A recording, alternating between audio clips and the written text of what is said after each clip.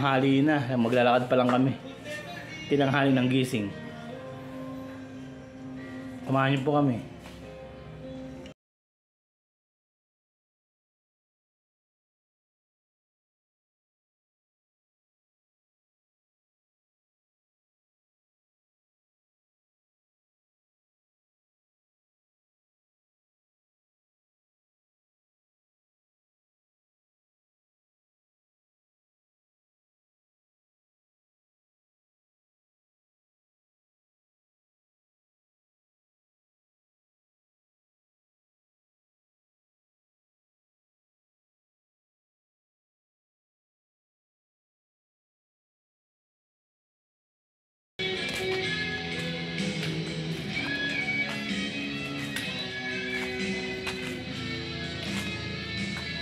Bye-bye, Tokmoy!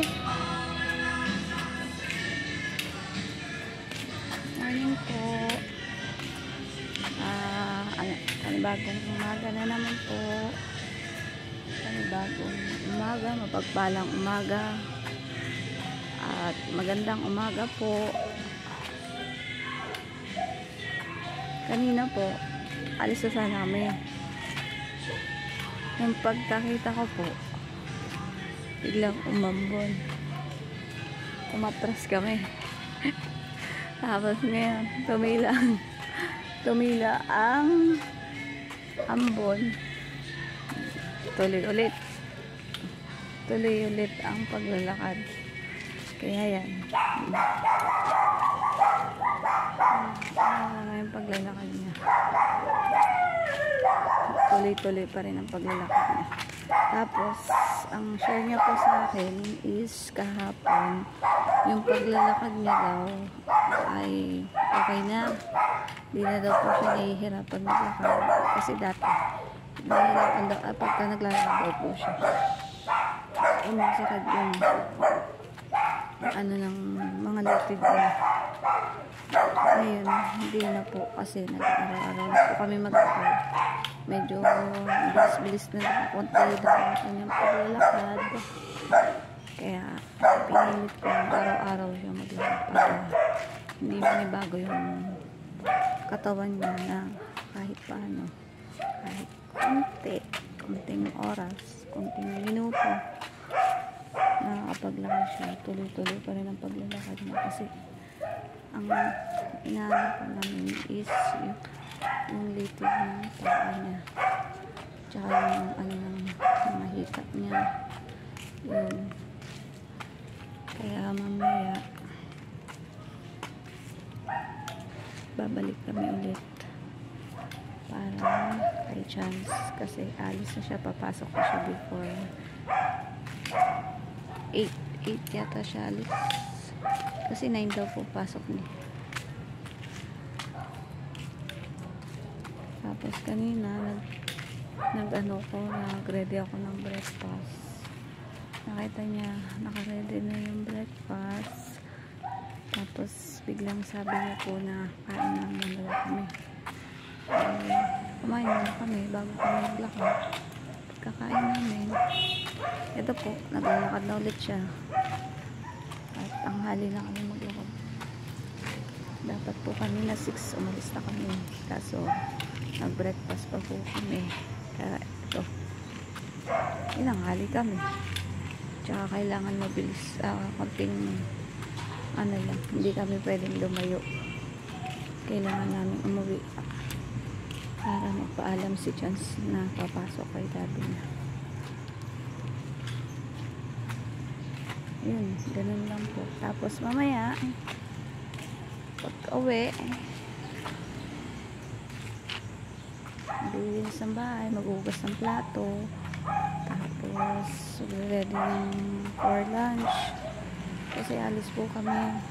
Check up niya naman po kasi tagal niya na po hindi siya nagpapa-check up ilang buwan na rin po. Nung dumating po si Ninang, nagpunta man sila kaso wala po si doktora. Tapos hinihintay po si doktora kasi nasa bakasyon po si doktora. Tapos yung schedule naman po ni doktora is alanganin po din sa driver namin kasi may pasok na po yung driver namin, yung si Chance, yung anak po ni Sir. Ilan po ang driver po namin eh. Ha? Dito ka lang po sa gilid oh. Yun lang. Ganyan ang ano, oh, di ba? Papasok na si baby. Hatid na ni daddy.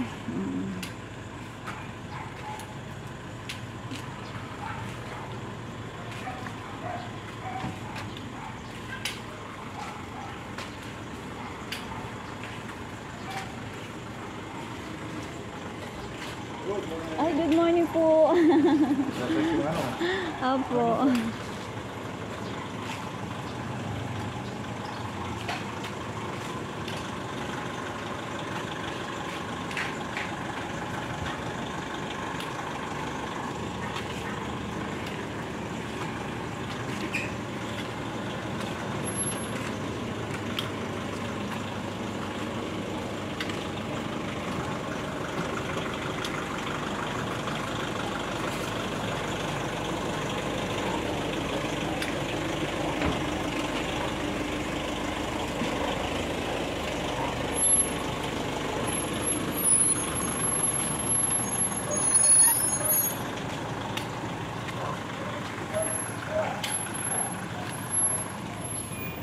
Ops, Ninong.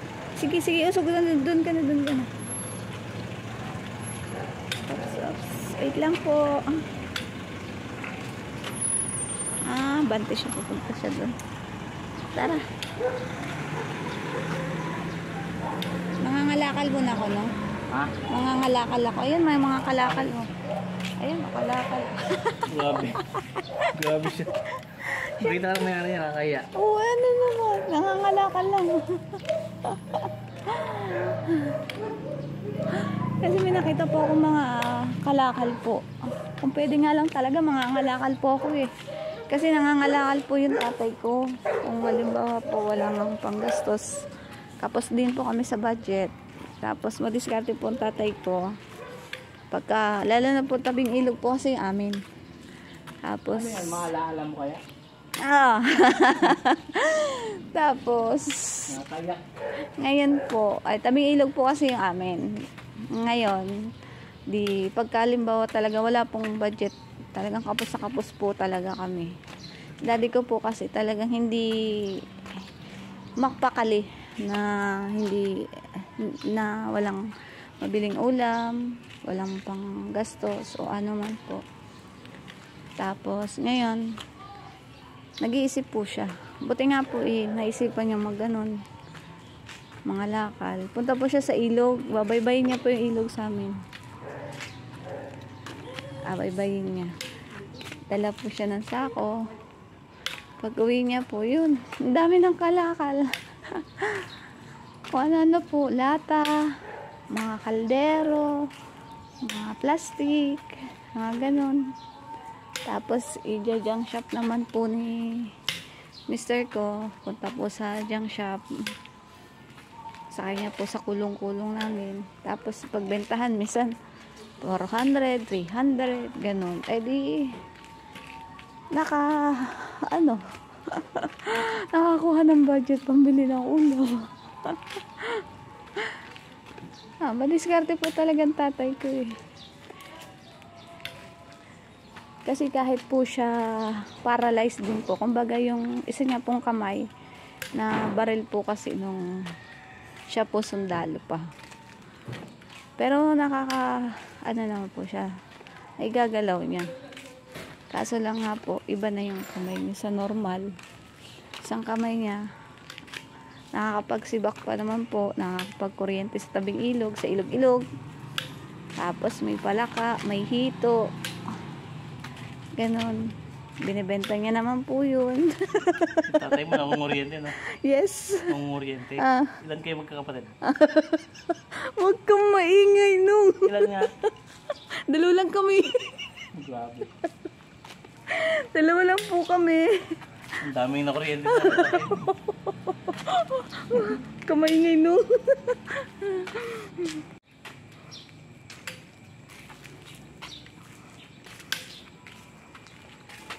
Pati ba?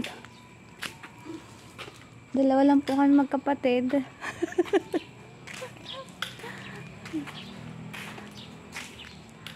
Dalawa size mo na yan. Wag kang maingay no. True to life na yan eh. Ay, nako. 17 kayo. Ah, wag kang maingay no. Hindi nga. 17 ko. Puro pa nga na yun. Grabe si Mino.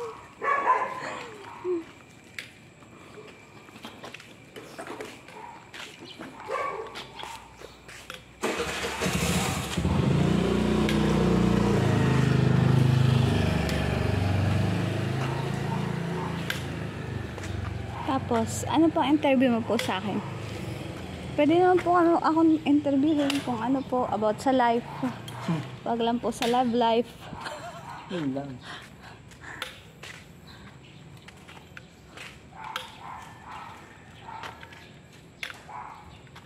Malapit na po kami. Saglit lang po kami naglakad kasi square chance papasok. Pag-alis po namin, naliligo na po siya. Tapos hindi po siya nagbaon ng lunch niya kasi doon daw po siya kay nanay kakain.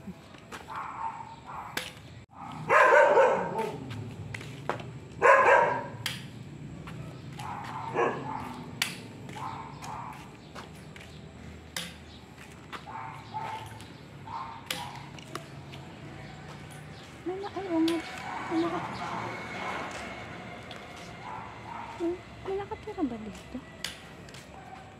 Talbos kamuti niyang sakbo.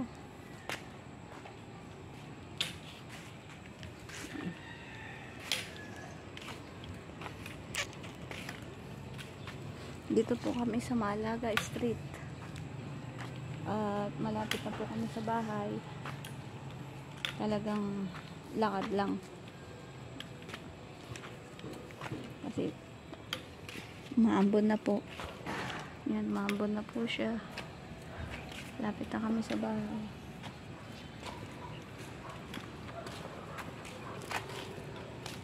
Mga estudyante papasok sa school. Yan. No, yun o, Kulumban. Kulumban uniform.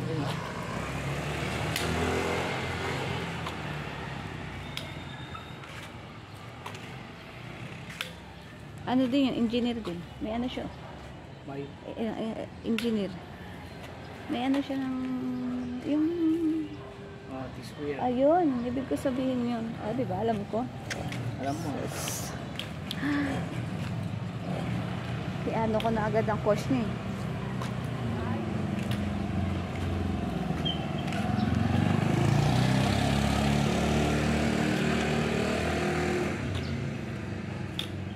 Kaso si Tanya hindi niya daw kaya. Ha? Hindi niya kaya. Engineer. Bakit naman? Elementary pa lang si Tanya, sinabihan ko na siya. Aga siguro grade 5, grade 6. Sabi ko, anak, mag-engineer ka.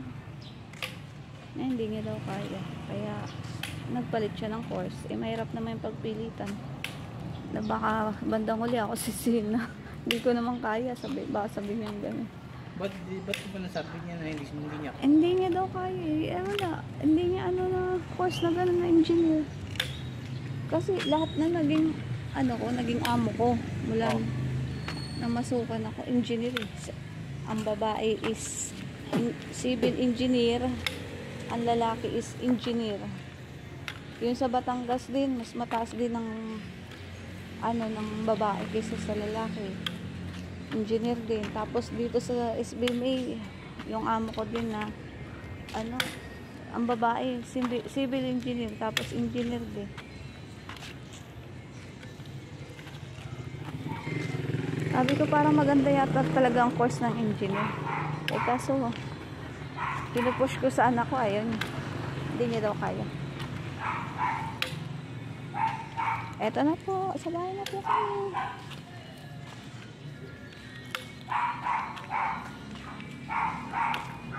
Daming ano.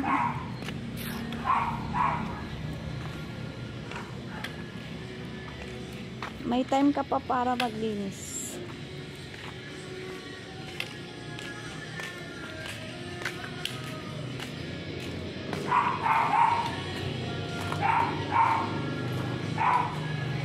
Ang dami pong kalakal. Kung pwede nyo mangalakal, mangalakal.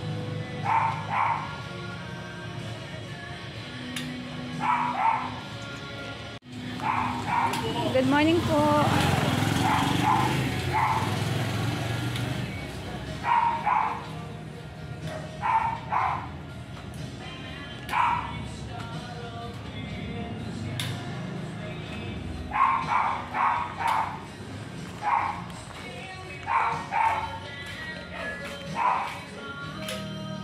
Yung pong pinakamataas ngayon, sa luyot po siya. Tapos, yung ano naman po. Dito na kami sa bahay.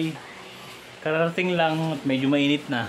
Pero so far, maganda naman ang progress kasi mas mabilis yung lakad namin ngayon. Usually, ang isang ikot namin is maabot kami ng 25 minutes. Ngayon is, ano na ngayon, 19 minutes. 19 minutes na lang. So, medyo bumilis na yung lakad kasi na ano na practice na yung binti.